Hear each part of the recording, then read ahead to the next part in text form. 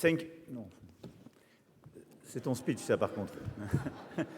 I have the Albanese speech now that I will deliver. Mr. Prime Minister, dear Eddie, thank you so much for your hospitality indeed, but as well your friendship. Dear Yassir, we are so happy to have you. And Richard and Cecilia, thank you for making it possible here, even if indeed I'm a little bit jealous. It's the first time in Europe is now in Albania. But this is it.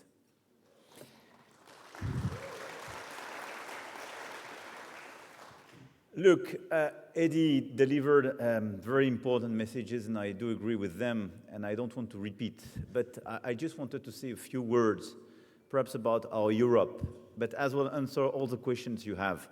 Because the moment we're living in is quite chaotic in a certain way. And I think it's very important to have a clear strategy for France, for Europe, and for this larger Europe, which is today what we have in the European political community.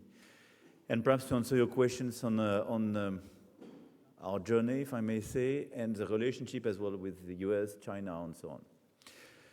But my conviction for the European strategy in this context is that we have to take this opportunity to accelerate and have a clear strategy of competitiveness, investment on the top priority, and become really a power. And I will revert on that. We need a big acceleration, and competitiveness is absolutely critical. Mario Draghi wrote a wonderful report making it very clear on what we should do. But this competitiveness should be first based on simplification. We have to streamline our regulation in order to resynchronize with the rest of the world. And this is one of the top priorities we have. The Commission started to make some moves, but they are probably too shy. And there is today a very strong alignment, especially with Chancellor Merz.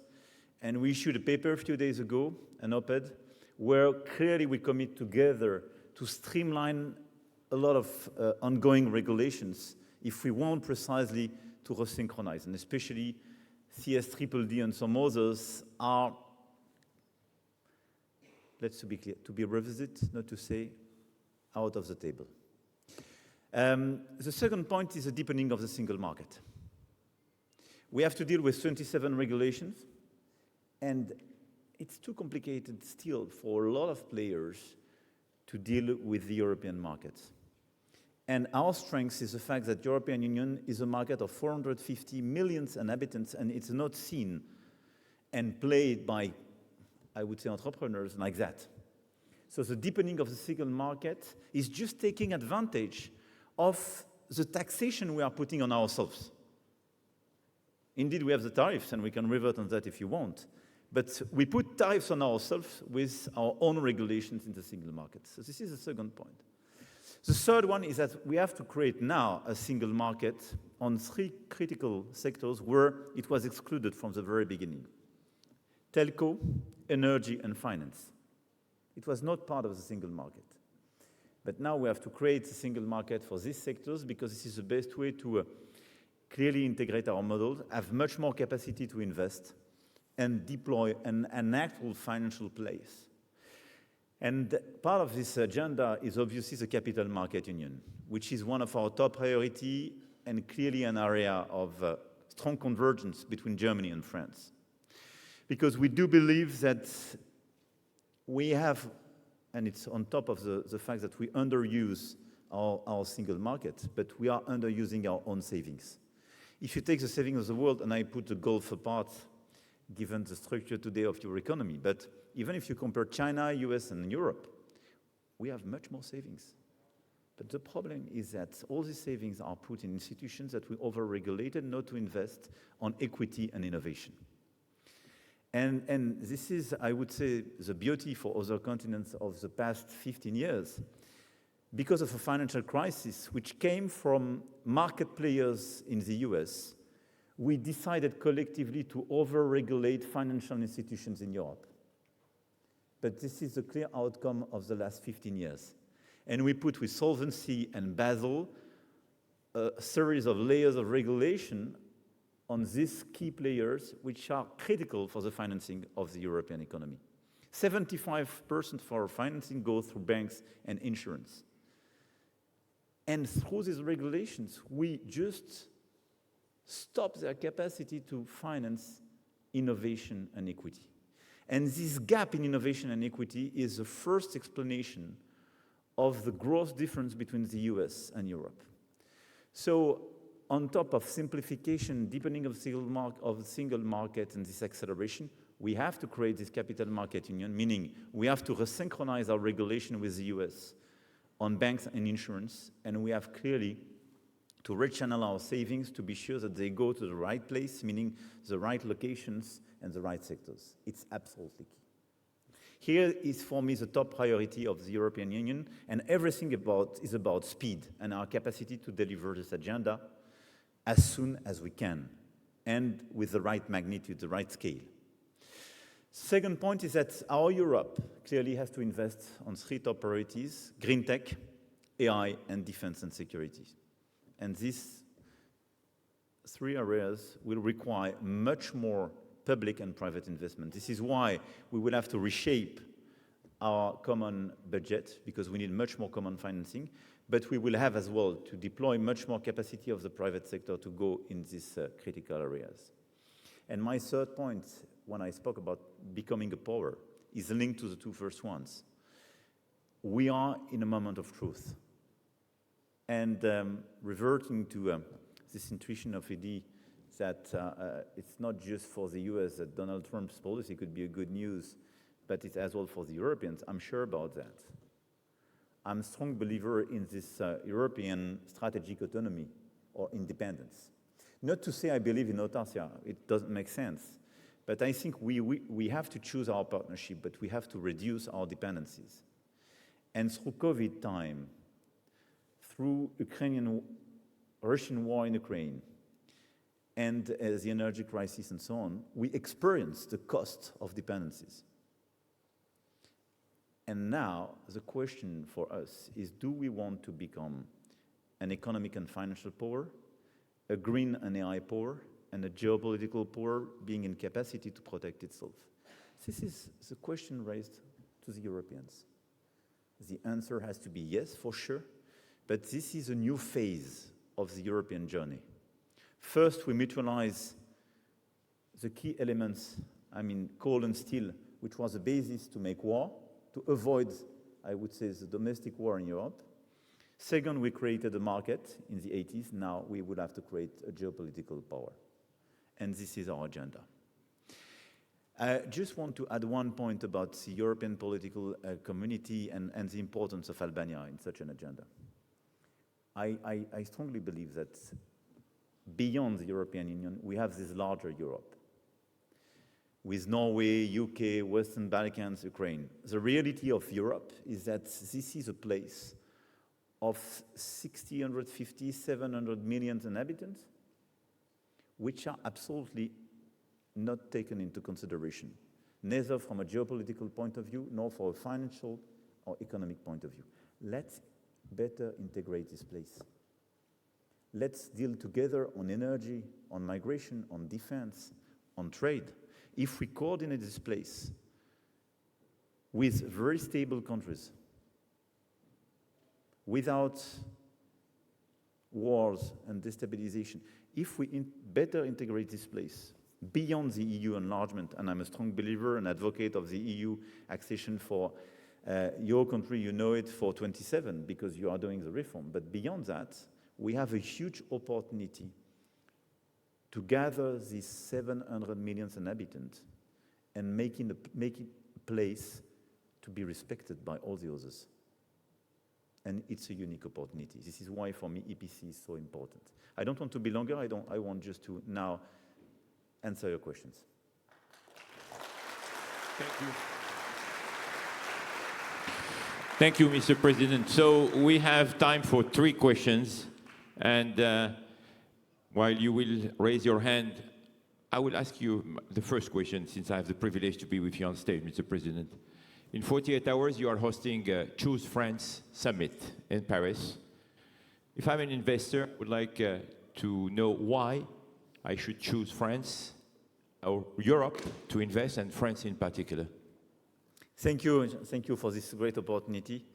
And by the way, thank you again, because yes, here is one of the regular key people, and I want to thank you and the PIF and all the investors for their trust. Look, 8 years ago, we delivered a big reform agenda on labor laws, capital gains taxation, corporate tax, and so on. So we passed a series of reforms to make France a better place to invest in and to increase our competitiveness and our attractiveness. We got the result because an EY just issued its ranking. We've been the number one in terms of attractiveness in all the rankings for the last 6 years. So it's consistent and it delivered. We created more than 2,200,000 jobs in the countries and decreased unemployment rates. And we started to reindustrialize the country. We are number one in startup creation, number one in scale-up creation, and number one in continental Europe on AI, with a lot of assets. So we delivered the right macroeconomic picture. Second, we are in a phase of stabilization. This is why I took a political decision last year, because till the end of my mandate, I want to make all the political forces in a certain spectrum to work together and learn that, because I didn't want to have, I would say, a pre-pricing of instability. So now, for me, the obsession will be stability of this competitiveness, attractiveness package. Third, we have good qualifications. It's one of the best places in Europe in terms of qualification. We increase our investment on research, higher education, and for instance, if you take AI, all the competences you need for AI, we are number one, by far in Europe. And a lot of our talents were used to go to the US, and now we do our best to keep them. It was before Albania, Eddie.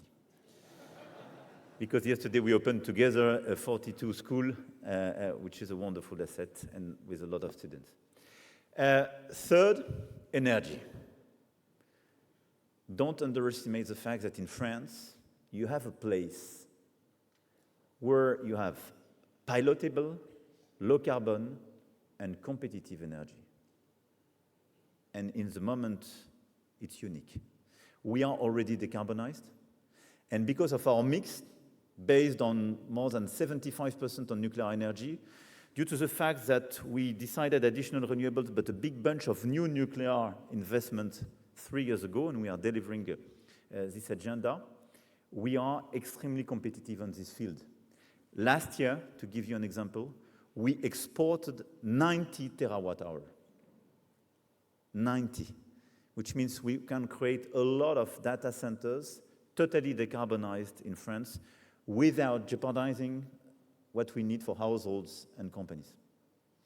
And in parallel, we have a big program of decarbonization. So here is the French mix, and this is, for all these reasons, good macroeconomic package, this moment of stabilization and visibility, talents, energy. I could add, obviously, strong infrastructures and a good system of education and healthcare. This mix makes France a very attractive place. On top of that, what we have to do now, the top priority is the one I mentioned. This is the European agenda for competitiveness and simplification. If we mix the two, I think for a long time, we will be a very brightest place to invest in. Thank you. Thank you. Question from the first row. So please, if you can introduce yourself as the chairman of Leonardo. Thank you. Thank you very much. Merci beaucoup, Mr. le Président. C'était très rafraîchissant de vous écouter. I'll ask a question not on aerospace and defense, but more generally. I've heard the phrase that last century was the century of democracies, and this century is a century of superpowers. Do you agree with that? I didn't hear the beginning. The last century? The last century was a century of democracy. This century, the century of the superpowers. Do you agree with that? Look, it depends if you consider that superpowers cannot be democracies, and I think this is our dilemmas. I think clearly we are in a moment of destabilization of the international order. It's clear that if you take the past century, I'm not so sure it was a century of democracies, but constantly, especially during the second phase of the 20th century, you had a constant expansion of democracies. And I think probably a lot of people were too much naive and thought that it was a spontaneous and natural expansion of democracies, especially after 1990s. Now we have started to enter in a new phase, in a new time where democracies are at risk. And I think we have internal and external reasons. First, I think we have a crisis of democracies themselves. We have a crisis of efficiency because our democracies became too slow, probably too complicated. And I don't want to enter into too much details, but we all experience the fact that now there is this challenge for democracies to reaccelerate and clearly be at the service of people and not just monitoring too many processes they created for themselves. So the good checks and balance was replaced by a sort of paralysis. The problem is, I would say, the overreaction to that. And if the best reaction to be efficient is to kill all the checks and balance, we will have a big problem. So I'm very much in favor of checks and balance. I'm not very sure when I see a country without any type of regulation and counterpower. I strongly believe we need checks and balance in our countries because it's good for the long run, but we have to make our countries and our democracy much more efficient. Second, I think we had the emergence of very powerful model with long-term and strategic leadership. And they delivered, they got results in China, in the Gulf, and in other places. And so now we are challenged in our capacity precisely in the global environment to deal with that. And the question raised by a lot of countries is, are you sure that democracy is the best model? And third, there is a collapse of the international order due to the fact that there is a lack of efficiency of this international order. WTO for trade, so the result is that we got tariff. I do prefer the good old WTO, to be honest with you. But we made it inefficient at the end of the day. Second, we are not able to fix peace and war issues. So the big risk is to see indeed the superpowers coming. But at the end of the day, is it good for us collectively? I think it would be a disaster. So I think we have to find a way to make our democracies still democracies, but much more efficient. We have to recreate a global order which will not be a jungle, where you have tariffs everywhere and where you are just the law of the strongest to be imposed to the others. This is why, in such a situation, we have to make Europe much stronger, much more independent. And for me, the strategic autonomy agenda is critical for the Europeans, but broadly because we are the one to be able to reshape this agenda. Second, we need a very strong coordination between US and Europe. And third, we have to reshape the global order with new discussion on currency, trade, defense, and security, involving US, Europe, China, the Gulf, India, and in fact, BRICS countries.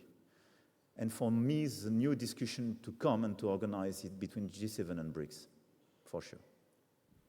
Thank you. Question from the CEO of Aqua Power. Yes, sir. Thank you. I moved to Saudi Arabia about 2.5 years ago, fascinated by the speed and scale of Vision 2030 and the change that it's bringing there. To give you an idea, we are building at the end of the year 10 gigawatt of combined cycle, 30 gigawatt of renewables, so the same amount of capacity of Spain together. I really believe, we spoke about energy, you mentioned that in the panel before also, there's a great opportunity to build an energy bridge between Saudi Arabia and Europe, from the Gulf to Europe, not only in power with cables, but also green hydrogen, which today is cheaper to produce than gray hydrogen in Europe due to the cost of gas. You mentioned that. What's your suggestion to accelerate the development of these? We're talking with companies, we're talking at single government level, we're talking to the EU. How can we bring it all together to accelerate building this bridge? Thank you, Marco. No, thank you. I strongly, I don't want to be too technical. First, I think in Europe we can do much more in this field if we simplify as well. This is typically an area where if in Europe you simplify the capacity to produce by being probably much more realistic on the standard And if we better integrate and create an actual European grid, we can do much more on renewables and efficiency in terms of energy. Second, I'm always careful on the green hydrogen model. I do believe in the fact to produce low carbon, low cost energy, for instance, in Saudi Arabia, and to channel it through cables, because we know the techniques, it's quite clear.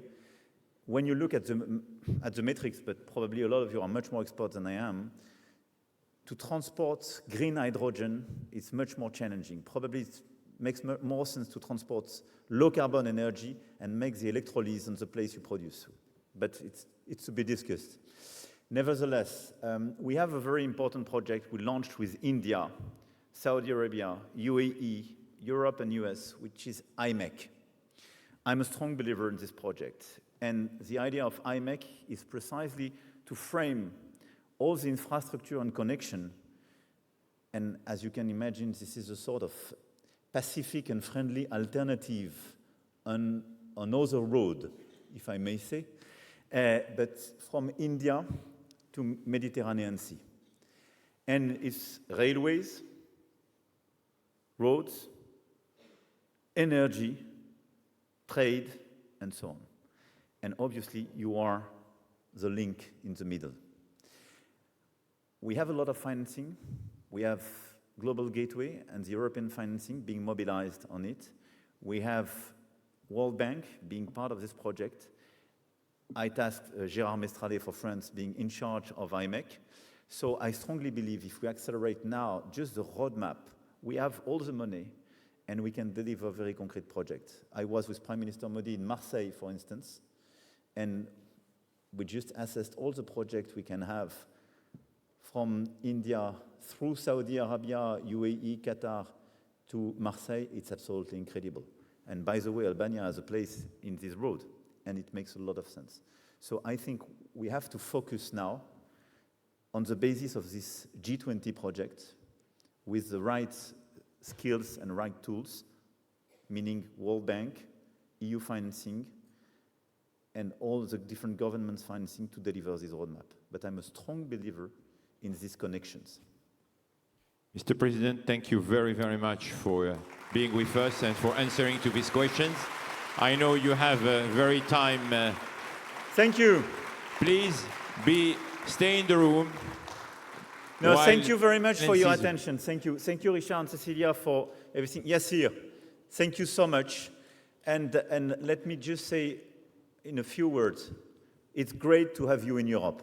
I know that you come from a different part of the world. This is a stable and a reliable place. And in this crazy world, don't underestimate the strengths of such qualities. And I'm very happy you are here beyond, our jokes with Prime Minister Edi Rama. Because here in Albania, clearly, you have the entry point in this region of Western Balkans, but much more broadly. And it's a key point in the Mediterranean place and Europe. So I do encourage you to invest in Albania because you have a strong leadership.